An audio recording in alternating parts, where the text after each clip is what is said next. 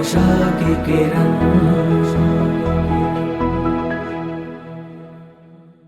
ભગવાનના ભક્તો, તમને પણ બધાને કહું છું, ખૂબ ભજન કરશો. ઉંમર પ્રમાણે માળા કરજો, મુક્ત ભાવથી ભજન કરશો. અને જો સાંભળો, હું સમજી શકું કે એવી પણ પોઝિશન કોઈની હશે, બેસીને સાંભળે ને કહું, ઘેરે બેસીને સાંભળે ને કહું છું, કદાચ બધાને નહીં હોય, પણ કોઈને એવી પોઝિશન છે કે દીકરા કે દીકરાને વહુ બરાબર નહીં પણ સાચવતા હોય.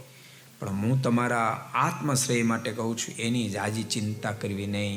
મનમાં એમ માનું કે નહીં સાચવતા, દેહને ખલકાટ નહીં સાચવે, શું મને ફરક પડવાનો, એ વિચાર ધાર રાખજો ને. તો એની ચિંતા, અરે રે મેં કેટલી મહેનત કરી, એના માટે ધંધો કરી દીધો, મેં એને ભણાવ્યો ગણાવ્યો, આમ કર્યું તેમ કર્યું, હવે છોકરો મને સાચવતો નથી, એની સતત ચિંતા, સતત ચિંતા તમને ભજન નહીં કરવા દે.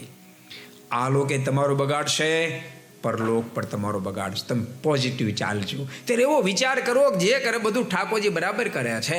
રખે છોકરાને બહુ સાચવતા હોત તો મને બંધન થાય, મને બંધન ન થાય, એટલા માટે ઠાકોરજી જ કરાવી રહ્યા છે એમ માની ખૂબ ભજન કરી લેશો. જોકે યુવાનોની ફરજ છે પોતાના માતા પિતાને ખૂબ સાચવવા જોઈએ, પણ કદાચ કોઈ કપાતર થયો ન સાચવા તો તમે એવું ટેન્શન નહીં લેતા જેથી કરીને તમારું ભજન જતું રહે. એવી મારી તમને બધાને ભલામણ છે. अगर ये वीडियो आपको पसंद आया हो तो लाइक करें और शेयर करना मत भूलिए.